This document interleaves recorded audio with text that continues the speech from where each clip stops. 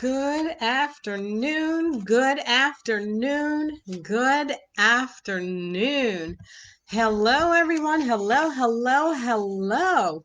Welcome, bienvenido, willkommen, Jumbo. And thank you all so much for joining us today on the Voice of New Beginnings, where we motivate, equip, empower, and encourage individuals and organizations to thrive in productivity and purpose. I am Valerie Jackson, the CEO and the founder of the Voice of New Beginnings Coaching and Consulting, which is a subsidiary of Jeffrey Jackson Enterprises Incorporated. Thank you so much for being here. I'm so excited to have you on. I'm really excited about this message. So let me just start by saying that I'm really happy that you decided to share your time with me today, either live or on the replay. And as we go along, I invite you to comment, to react, to tag, and to share. The title for today is, Do You Remember When? Do you remember when? I'm talking about way back when you were a child. I'm talking about way back when you were a child, okay? Full of adaptability, innocence, and unconditional love. I know for some of us that's going way back and it's longer to remember. But just try for a minute and think back to when you were a child. Do you remember when? And hold on to the fond memories from that time. Also, do you remember last week's message, the gift of friendship? Well, last week, what I didn't mention was that the gift of friendship has a companion, and that companion is friendliness and being neighborly. Now, I'm going to tell you something because last week, after I did the recording and after I shared the message from the Voice of New Beginnings about the gift of friendship, I was struggling this one particular day. I really just wanted to stay in bed and lament. I was just really going through some emotional things and I didn't want to get up, but I knew that I had to, so I forced myself to get up and I peeped outside. My neighbor's mom happened to be outside. I took the boys out. They just finished lunch, so I let them outside to play and I called myself going out just to give them instruction and come right back in. And then here comes my neighbor's mom. Hey, you coming over? I'm like, she was like, yeah, she said you were coming over for some stuff. That beautiful necklace and jewelry that I had on last week, if you remember, Natia's Bling Boutique. Yes. So she called and was like, hey, you can come over. So I really wasn't feeling, because as I said, I was kind of in the dumps, but I went over, got my jewelry, came back home, and then I went back outside. Next you know, she's outside with the kids. Hey, how are you? So she starts up a conversation. At that minute, let me tell you, we exchanged our salutations. It could have stopped right there. But after she began the conversation, then there was another pivot point. I could have chosen to either respond the same, or I could have chosen to just be kind of like bah humbug and go back in the house. But I chose to respond in a like manner and to be friendly and neighborly. And I'm so glad I did because I see, had I not responded to the friendliness and the neighborliness, I would not have experienced the day that I did. And person, if you're watching, you know who you are. Let me know. And if it's okay, I would bring you on so you can talk about that for a minute. But if you want to stay off camera, that is fine too. So if you drop a comment and let me know, yes, I would like to, you can bring me on. I'll gladly do that. But I would not have experienced the wonderful day that I did and had the fellowship because as a result of the two of us sitting and talking at a socially distanced pace, I was so blessed. We engaged in some much needed conversation. Funny thing is, I didn't know how bad I needed that conversation and interaction until it began. And it was beautiful. It was beautiful for so many things because not only did we learn new things that we had in common about one another, but we also learned from the children.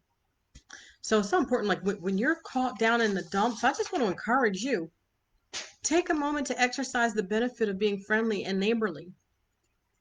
You know, the man who has friends is friendly. If you want friends, you have to be friendly. So hold on to that and then have the innocence like children.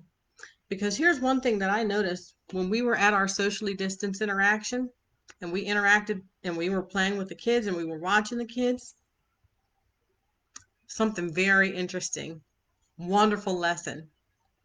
Here's what I saw in those children. They were all different in so many, many ways, yet they were all so much alike. And as we began to have our interaction with one another as adults and to really learn from one another and to reap the benefits of friendliness and neighborliness, not only did we have great conversation, but we had some pretty good coffee. I love my coffee. And I was pleased to know that not only did I love my coffee, but I met a new coffee lover. Anytime I meet a new coffee lover, I'm excited. And we both could talk. I talked more, but that's neither here nor there. But still, the friendship and the fellowship was good. So to you, I want to thank you so much for taking the time to reach out, to extend that hello to me, to invite me over, and for allowing yourself to be used in the way that you did, because on that day, you were the encourager. You were giving the words of encouragement. So thank you, thank you, thank you, thank you. I believe in giving credit where credit is due.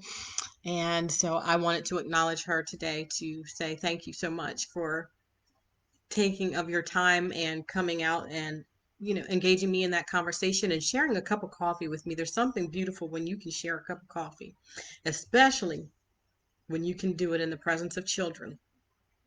Because here's what we saw in those children. Like I said, they were different in many ways, but they were also very much alike. They had disagreements, but they continued to play.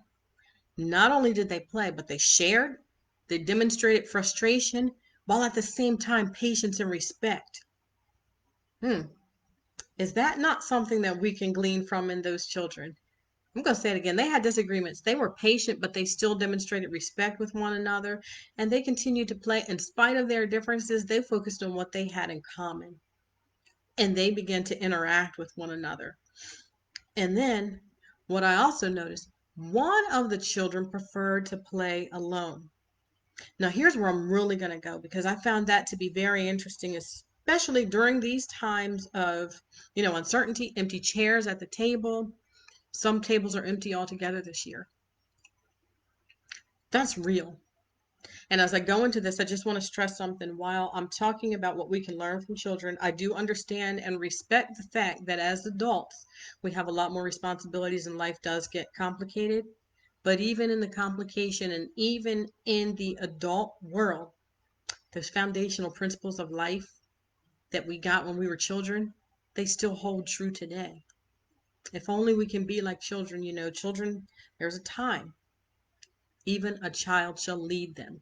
So I am hopeful and prayerful that this example in the children will lead someone, at least one of you today, into experiencing your voice of new beginnings.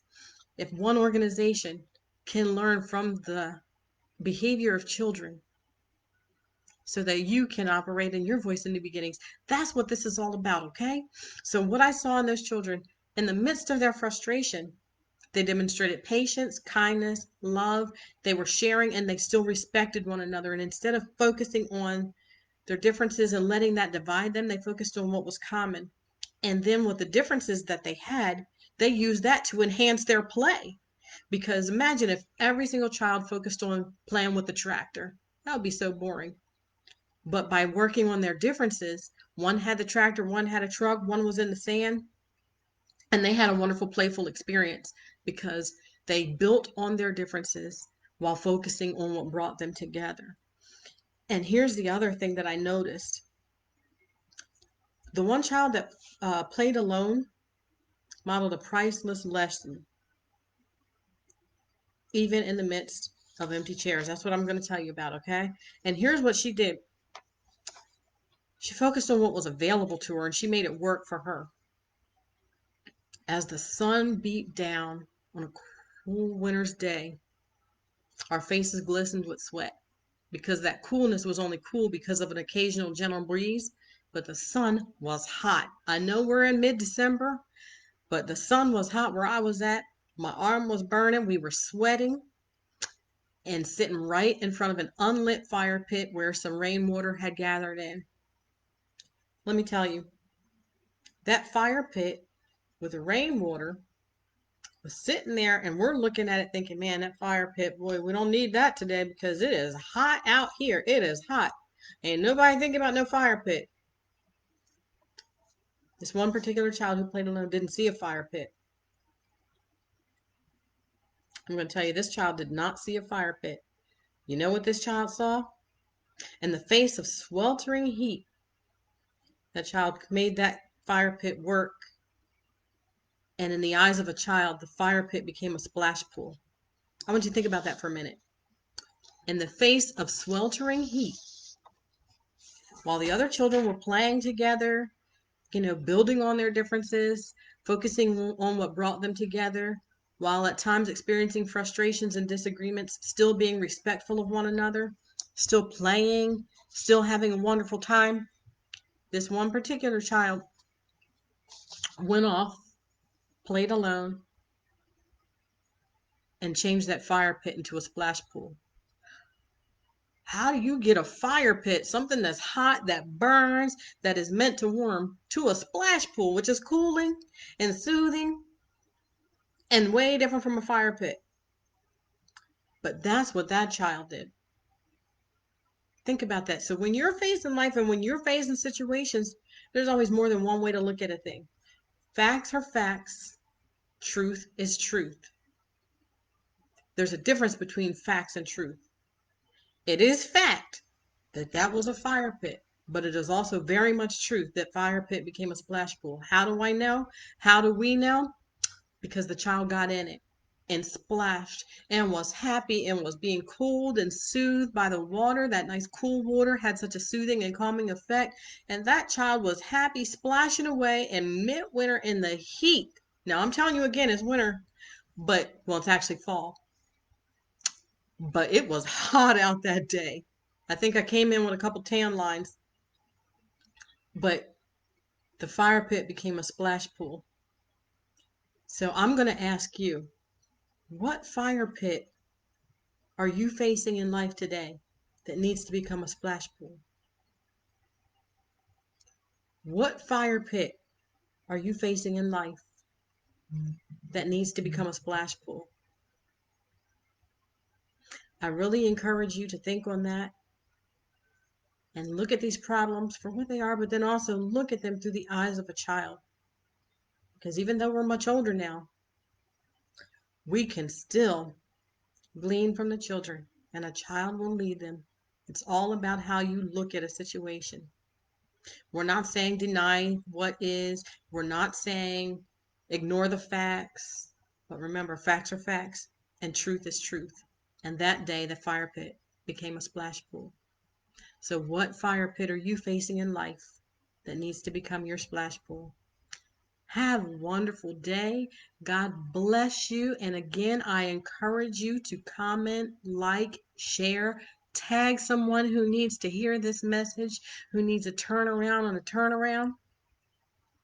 And you go out and experience your voice of new beginnings. God bless you real good. I'll see you soon.